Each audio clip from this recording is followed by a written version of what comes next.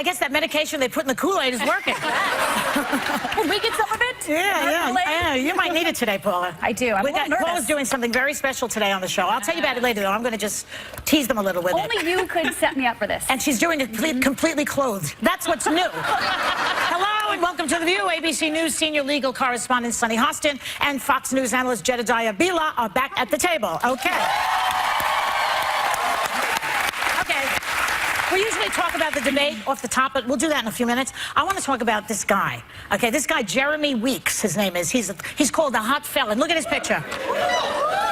Jeremy Meeks. He's pretty handsome, isn't he? What did I say, Meeks or Weeks? Weeks. You've been thinking about him for weeks, but his last name is Meeks. You see, she's getting good. Very good, Paula. Why are you guys so surprised when I'm funny? Because it's very rare. Love you. You just wait. Oh, I'm waiting. You wait. I got a surprise for you later. Anyway, this gorgeous felon, he's handsome, isn't he? He's gorgeous. Yeah. And you know what the thing is? He's a free man. Let me finish telling you what it is. Because he's a model now. He got out. He's eyeing a modeling career. And you know what? He already has an agent. I can't get an agent, but this convicted felon has an agent. So, what do you think? I don't think that he's sexy. You don't? I don't think that he's cute. I got to tell you, and Paul and I are playing a drinking game whenever I say I'm a former prosecutor, and then we say I'm about to take one. It's water, by the way. Don't worry.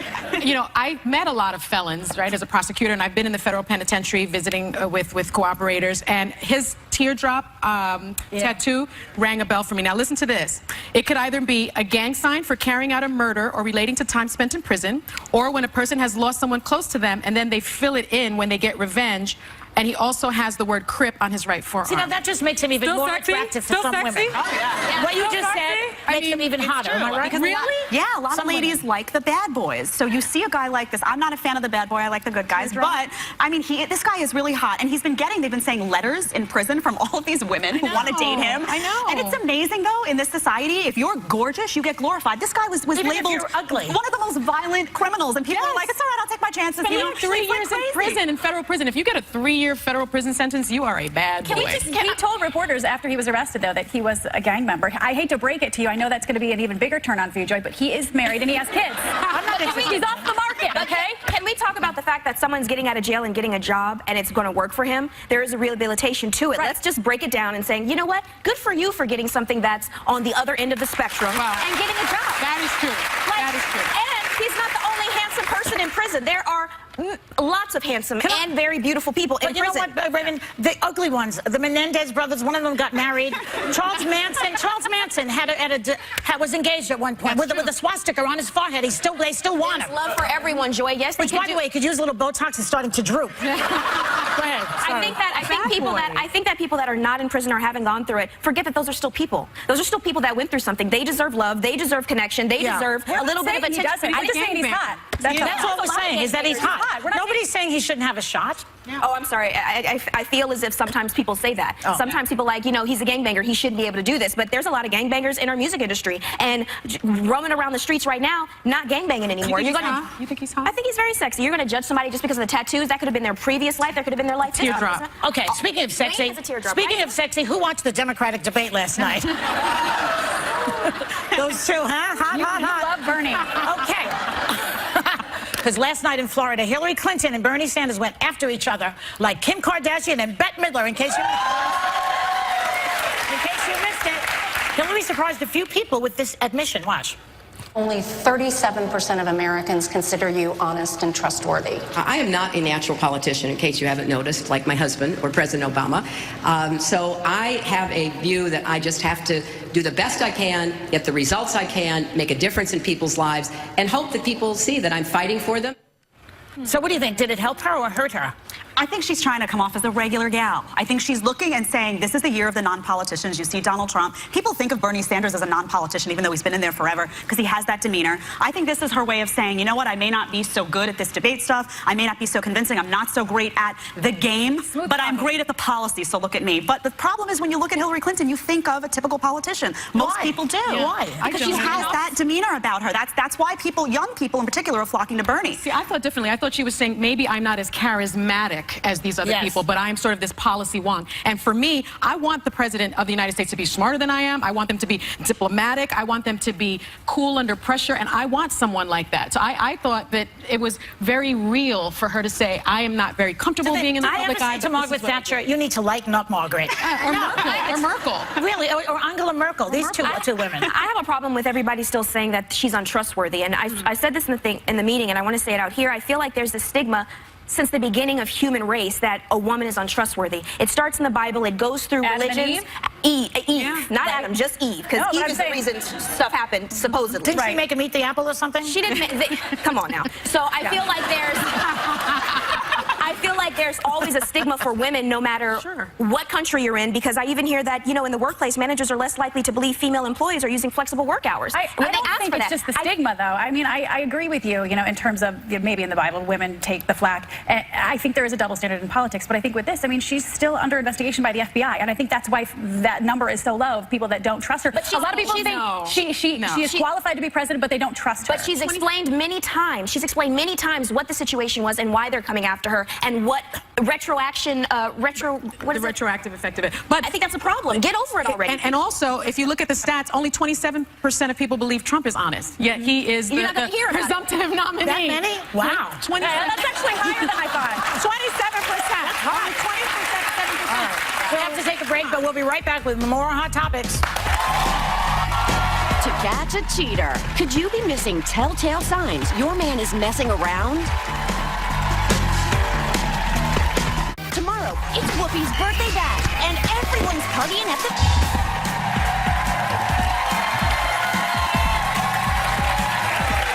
Well, it's getting ready for her big debut. I'm regretting this decision more and You're more. regretting it? I'm regretting it. Okay, well, we're going to get through it. Don't worry about it. But let's do this subject first. Have you ever suspected that your mate is cheating? The website Your Tango, who ever heard of it? They list these telltale signs. So, for example, he suddenly loses a ton of weight, or he spends more time at work. You know, suddenly the nanny is pregnant. Things like that. No, I made that up. I made that one up. A little subtle. But I mean, has that ever happened to you? What are the telltale signs for you? It hasn't happened to me, but I remember one of my closest, dearest friends called up looking for her husband, who went out in a snowstorm saying that he wanted a yodel. Remember those like Twinkie type things? He wanted a yodel. And so is that what he was calling it? So he comes home. He comes back home without the yodel, and then she actually gets dressed. She asked him where he bought the yodel from. She said, you know, at a gas station. She gets dressed, brings a picture of him, and finds out that they don't sell yodels, and is like asking all of the people at the gas station, have you seen this man? Have you seen this? And I was like, he's cheating on you. Like, you know, like she thought he was missing? She didn't know. She was just like, doesn't it seem odd that he's searching for a yodel in the middle of the snowstorm? What exactly is a yodel? I'm totally lost. I'm thinking like yodeling. Cake, like a Twinkie. It's delicious. Oh, well, there was some sort of cake. Anybody else? Anybody else? Like that. I think it's the technology. I know I have a lot of friends where even if it was a mutual friend of theirs started deleting the person in the texts from the phone, I think that's a telltale sign. Or if they're hiding their phone, or they change their password. Or if they start smelling differently. Yep. Different areas. They go from bad to good, you mean? Or yeah, exactly. They Suddenly change their they have appearance. aftershave lotion. A friend of mine thought her husband had a brain tumor. He was acting so crazy, you know, all scared and nervous, and she was so sympathetic to him, and then you found out, you know, that she thought he was going to die. When she found out he was cheating, she wanted to kill him. That's a true story. Also, if they all of a sudden like their privacy a lot, they go from these really clingy guys that are texting all the time and want to have dinner all the time, and all of a sudden it's like, oh, I'm really busy, and they're like locked up in their room and they're on their phone, and you know, any kind of behavior that's not normal, that is unpredictable from men, I'm always like, well, okay. Speaking of that, have you ever walked past a group of guys on the street and they go, yo, mama, big. You ever have that? Did that ever happen? Yes. I like it. There's a woman. You're not alone. You're not alone. See? Some There's women a like woman blogger somewhere in the stratosphere who says that as she's gotten older and it has calmed down, she misses it. Do you miss it? I don't miss it because I still get it. There you go. Get it. But I will say, I was walking with my mom the other day, and my mom is just this beautiful, just classy woman, and these men were, and I was like, oh, enough already. And my mother said, I miss not getting that, and you will too. And it was really something, you reach a certain point, but I think it's all about the clothes. I really do. Like an 80-year-old woman in a wheelchair with a short skirt will get a catwalk. Maybe. All you have to do is wear the short skirt. Half of these guys can't even see that far. They were like, oh, Mita. I don't think it's all always the clothes, though, because I don't dress. I dress. I would say I'm more on the spectrum of a modest dresser because that's how my mommy raised me. I never noticed that you were that modest a dresser. Not around you, sweetie. Well, where did you come up with that? You're a modest dresser. I'm a modest dresser. You wear short skirts on the show. You wear high heels. That's hot. Not super And she'll short. undress in front of you in She a gets minute. sundressed. Okay, fine. I'm an exhibitionist. All right, everybody. You blew my cover. You're a slut, and you know it. No, but I will say. We've all seen her. All right. You haven't seen all of it, sweetie. You haven't seen my yodel, if you know what I mean. So I will say. She's warming up. I know. I did have a point. I just got a little distracted because you were all distracting me. But I will say I'm 40. I have 3 kids. And listen, if you want to say I look nice, I think there's a difference between totally objectifying and reducing me to a piece of meat as opposed to saying, hey, you look really nice today. Like I like to know that I've still got it, even though I've got 3 little But kids. you want a little sugar baby? That's really a turn on. I do want some sugar. I want to understand what it is for the man. Like, there's this one person who tweets and he says, as a man, you think about your daughters, nieces, sisters, and mothers before opening your mouth. And that's what I want to just kind of say. Even I don't like it. I don't like when that happens to me. And I also don't do that to a guy or a girl that's passing by. I don't think it's respectful at all. I don't think it's But fair to they enjoy, these guys enjoy it, though. They enjoy it. I know they enjoy it, but I don't know if they know exactly what's happening while they're in the midst of feeling all that can't help blood it. Have you ever been with like your partner and they like turn around and look at somebody else's butt? Yeah. Guys are really simple. Women like that too, let me just say. Women complicate men a lot. I feel like guys see something, it's like they're looking at an ice cream sundae. They're like, they can't help themselves. And they have to say something. And we do that too to the guy who just got out of prison. Let me just say that just happened. So don't try to put it on me. All right. But, that guy's hot. I'm just saying. And the little teardrop is so adorable. Mr. Now, Paula, you are making your stand-up debut on television coming up very shortly. How are you feeling? Are you nauseous? Do you feel like throwing up? I am a little nauseous, I have to say. Like, is that a normal feeling? Yeah, okay. Well, get yourself unnauseous. Go puke. We'll be right back.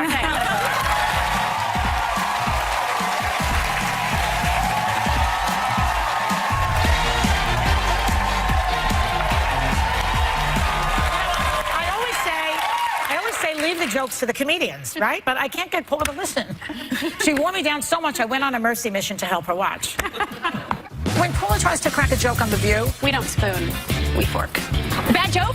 Yeah. Really bad. It doesn't quite land. Chris Elba brought his daughter, Susan Sarandon brought her twins. Yeah. Paula's been waiting to get that joke. She's been nagging me to help her with this, and so I'm going to do it. All right already. I'm taking Paula Ferris to a comedy club. We'll give her a little help and some material, and then we're going to throw her in the water and see if she can swim. And if she drowns, welcome to the Comedy Show. You guys ready for a show? I think this is probably the worst idea we've ever come up with on this show. And I've been here for 20 years. I feel a little vomitous. So That's because it's all good. This is wonderful. The more vomitous you feel, the better the set will be. I don't. Oh, okay, that's good to know. Yeah. She's ready. Can we say a pregame prayer? No. Ladies and gentlemen, let's hear it for Joy Behar. I started doing comedy 32 years ago. I would die. You go home, you say, I'm never doing this again. And then you try it again. Eventually, you actually have an audience that likes you. All right. So let me introduce the funny, the fabulous Paula Ferris.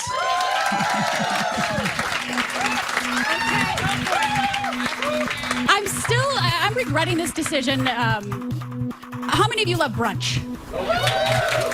What's the deal with brunch, though? Isn't it basically just breakfast for people who don't want to? See, I screwed it up.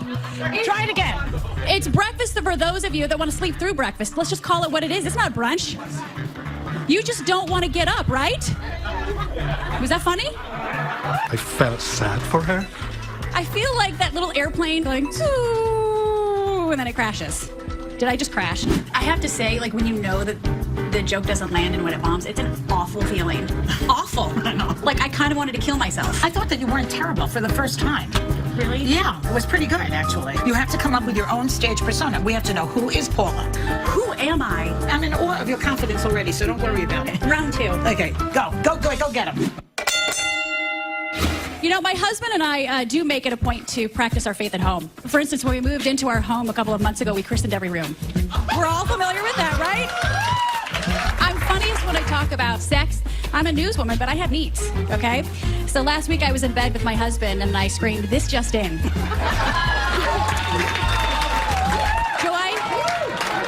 She was great, wasn't she? Very good. Very funny. I'm a survivor. She will survive. You see, see, here, the persona that you have that's funny and original is this horny Christian thing that you've got going. I mean, like, sex is my wheelhouse. Well, and listen, sex always kills. It's funny. And of course, I say you do it on the air, on The View, live. No cards. No cards? No cards. I need a hug. Oh, all right, fine. Okay. Don't let go, please. All right, all right, that's enough. Okay, please welcome, for one day only, the comedy stylings of Paula Faris. Yeah. Joy, I needed a hug, and you I need a hug. Sorry. I need All right. a pre-game hug, please. I know you won't pray with me, but give me a Never let them hug. see you sweat, Paula. Okay, and you know... She's looking for sympathy. Don't give it to No, her. don't give it to me. Go ahead. The only reason that I decided to do this because she promised to make me a lasagna. She knows that the way to my heart is through my stomach, Yeah, so right. I'm looking forward to that lasagna. All right, fine. Okay, so the big joke around here is that I married young, and on the East Coast, I married when I was 24 years old, which is not abnormal back in the Midwest. But I've got to be honest, I was pretty naive. I didn't know a whole lot about sex. I actually thought that missionary position was a job that you took with UNICEF. So a lot to learn. And when I say that we were young, thank you for laughing. You really made me feel good. When I say that we were young, I mean we were kids. My husband and I, both 24. For instance, our honeymoon suite, we actually broke the bed that night. We broke it because we were jumping up and down so much. We were kids. You know, I don't want to say he's immature, but I had to tell him this is not a bouncy castle, sweetheart. So...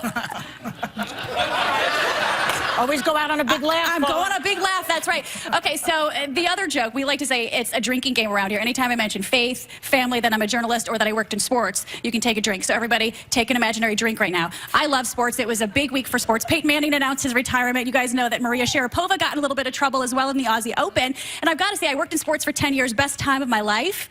But I kind of miss it. I miss working in that environment. I have to say, though, the locker room's pretty crass, vulgar, a lot of swearing, a little bit of nudity.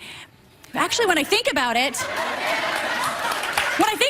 it's kind of like the makeup room here at The View. So...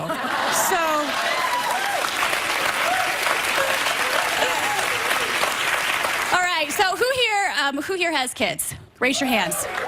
I have 3 kids. I love them dearly. They're 8, 6, and 2. I love them so much, but I've got to say, they're kind of like a house full of Republican candidates. They are. They're as loud as Trump. They're as belligerent as Cruz, even though they're the size of Rubio. I will not mention the size of my children's hands, everyone, okay? But I just want them to be like Ben Carson and go to sleep. You know what I mean?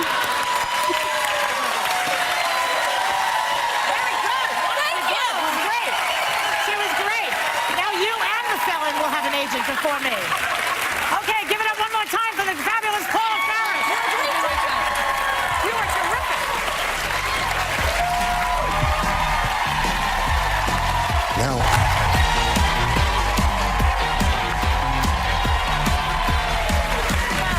Who knew that Paula's stand-up debut would be the warm-up act for one of the original kings of comedy? Joining us for Hot Topics, please welcome Cedric the Entertainer. felt it. I mean, it was the Holy Spirit It was fire that from you. anointing I put on you. It was. Thank you for your anointing. She was good, wasn't she good? Yeah, I thought it was really great, Okay, though. You know, thank you. it was nice. And you ended big. That's what Joy told you to do. I did. Big joke. I thought you were about to start another joke, though. You did? Yeah, you were like, I got one more. You're like, Joy, no, sweet. Get the hug. Boo-boo, that's it. That's it. Come on. Bye-bye. Yeah. Bye, Felicia. All right, let me hit you with some Hot Topics, Cedric. Did you hear what she said? What is that? Felicia. Bye, Felicia. Who are you today? I'm telling you. I know it. People would She be did the surprised ding, at ding. Paula Faris. People would be surprised. And there was no liquor in her system. Continue. All right. That you know of. All right, so here's a hot topic for you, Cedric. At a town hall last night, Marco Rubio, he admitted he regrets some of the personal attacks that he has been throwing at Trump. Let's watch the clip, and then you can answer that or respond. In terms of things that have to do with personal stuff, yeah.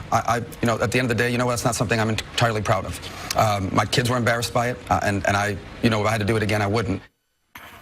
So how do you feel about candidates, you know, talking about the hand size and other things? Yeah, I mean, yeah, he should be embarrassed. It's like being in the shower with someone going, wait, what is that? You know, I think he could realize that he kind of caught himself, you know, going too far. And, you know, I think the fact that his kids were embarrassed for him, that's got to be sad when your kids go, Dad, really? Yeah. At least he apologized, though, because, you know, Trump said, I'd play this ad again when they put all of his videos of him cussing together, and he was like, I'd still play it. At least Rubio apologized and showed for his faults, but I wonder if, you know, he'll still do that if he gets... He jumped the shark that day, that he went after it. It didn't work.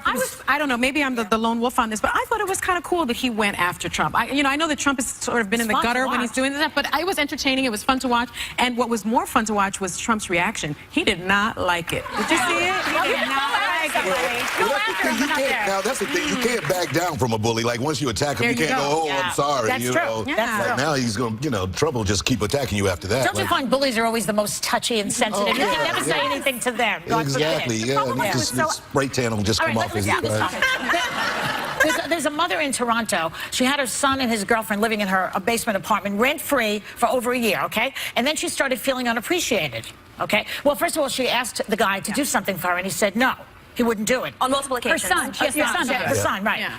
So she sent her son a bill for $39,000. Smart. He's like, yeah, right with his girlfriend, too. Well, that's what the problem was. She didn't really like the girlfriend. You think so? Yeah, you know, the mother was like, you know, because her son could live there forever. You know, some sons, they just like 80 years old. I don't appreciate it. They're waiting for the mom to die so they can keep the house. They don't know. My mom, it's funny, my mom and I, yes, I know you're watching, Mom, but she stopped cooking for my father and myself when I was around 13 because she said we didn't appreciate her. So that's how I learned to cook. She was like, I'm not cleaning up, I'm not cooking for y'all, y'all grown. What would she have liked you to say to her to show that you appreciated her? Instead of just throwing my clothes and saying, can you wash this for me? Probably saying, Mom, thank you so much for washing my clothes. Can you wash this for me? A little appreciation, please, for all the mothers. And I think the mother had the right to actually say, you know what, you're not I don't feel appreciated. Here's the money for all the things that you're making me do. She should get paid. I'm really glad my mother didn't do this with me because I was expensive. That would have been like Santa's list just rolling out of all the things I cost her.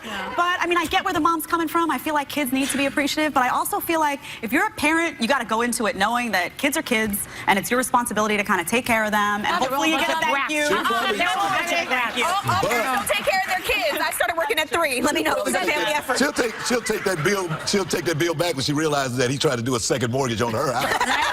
What else is he gonna get $39,000? This thing bought right there. A reverse mortgage. On her house. It's like, here you go, Mom.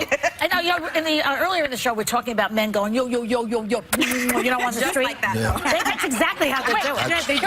Right? They do. Could you do that again for all of us, please?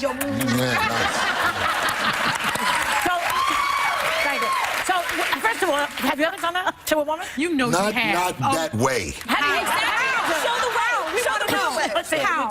Like, hey, how you doing, Miss Lady?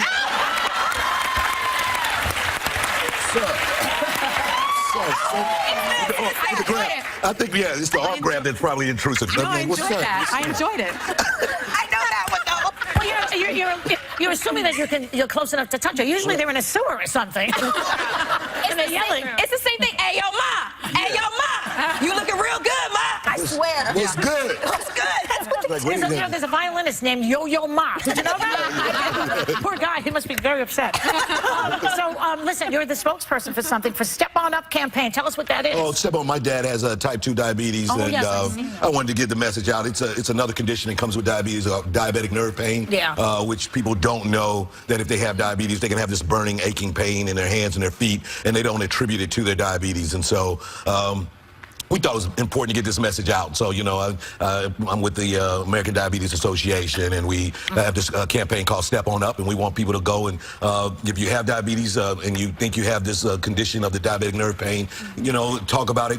Go to your doctor and talk about it, and we encourage you to step on up. And so we didn't even know that there was pain associated with it. Yeah, a lot of people, they think it's, you know, I'm fatigued, I've been standing on my feet all day, and they don't attribute it to the fact that they have diabetes, that this is why you know, have this other condition, which is a separate diagnosis. So. Are you still on the road? What are you doing? What else are you doing? Yeah. You doing comedy? The comedy Get Down tour was me, George Lopez, D.L. Hewley, Eddie Griffin, Charlie Murphy. That's great. Very funny. Yeah, we're in my hometown. We're in St. Louis this Saturday. St. Louis. Where are you going to be in St. Louis? At the Scott Trade Center. So it's the biggest arena tour. So we're out there. You can come. Can I come? Yeah, you can rock right now. Do you actually know the Kosteckis in St. Louis? Because I'm related. Yes, of course. Of course you Everyone knows. So if you're in St. Louis, I'll meet him in St. Louis. if you're in, very good. If you're, now she's really pushing it. Now she feels like she's indomitable now. She can say anything now. People are going to laugh. I know. I'll call him Frankenfarris. Yes, exactly.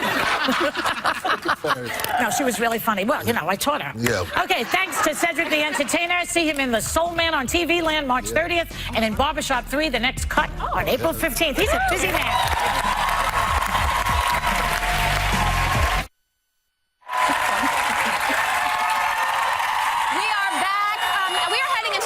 week of the Colors of the Rainbow, in which an audience member spins the wheel to determine my hair color for the next week. Let's see who's spinning this week. Purple, 1, 9, 8.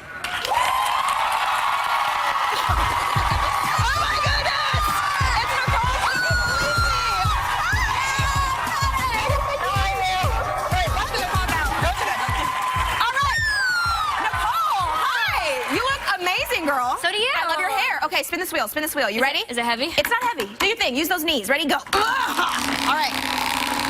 Yay. I want yellow. Yellow. I want a rainbow. Yellow. Yellow. Yellow. Not too bad.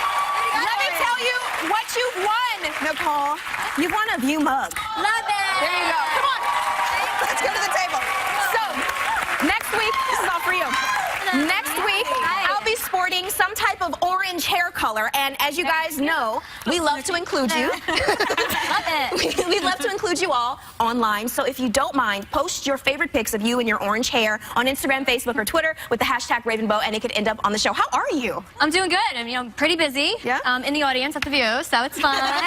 You've got a couple of young kids. You're just returning to reality TV as well, going back to the Jersey Shore. Yes, it's definitely a different experience from Jersey Shore.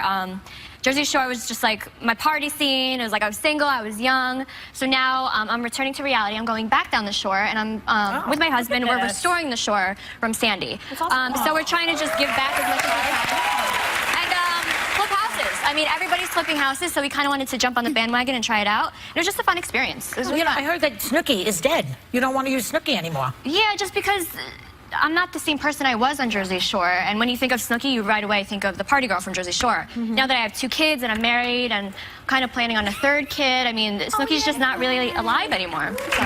But what do you think is the biggest misconception about you? Do people not understand you? I think people still think I'm that same person, and I'm stupid. And I lack common sense, not gonna lie. But I'm a great mom, I'm a great wife. I know what I want, and I get it business-wise. And I'm very career-driven because of my kids. So I just want people to meet Nicole. Well, Nicole, so I won't call you Snooki. Nicole, you have 2 kids, planning on a 3rd. What would you think if your kids wanted to participate in a Jersey Shore reboot? No. Why? No. So here's the thing. Jersey Shore is my life, reality, TV, everything that's my life. So I kind of want my kids to do something different. Like, I'm a regular mom. Like, I want them to be a lawyer or a doctor or an astronaut. You know, something like crazy like that. Something wacky like that. Something wild and successful. But, you know, if they really wanted to do reality, I would obviously, you know, support them no matter what. But this is mommy's job. Yes. Yeah. Now, you're joining the next season of Celebrity Apprentice. Just found that out with Schwarzenegger. Now, what was it like meeting him? And I heard he said you reminded him of a friend of his, or... Yeah, so every time we actually got to talk, he kept saying his little Danny DeVito. I was like, okay. I was like, you guys are good friends. That's good. So, you know, I got to one up. But he was very sweet. And when you think of Arnold Schwarzenegger, you think like this huge, like, A-list actor. Terminator. Yeah, that like doesn't want to talk to anybody. But he was so down to earth, and he was so nice, and leaving set every day with a cigar in his mouth and saying, "See you guys." He was just like so cool, and I wasn't expecting that. Yeah. Well, it's nice to see you. We can't call you Snooki anymore, right? You can, but say no, girl. Say no. Just say no. Just say no. My name's Nicole. There you go. Never give up the brand. Don't give up the brand. Personally, Nicole. Okay, so thanks to Nicole Polizzi. I won't say Nicole. Yeah, you got it. And you can catch Nicole and Johnny's Shore Flip Wednesday nights at 9 p.m. on FYI. We'll be right back.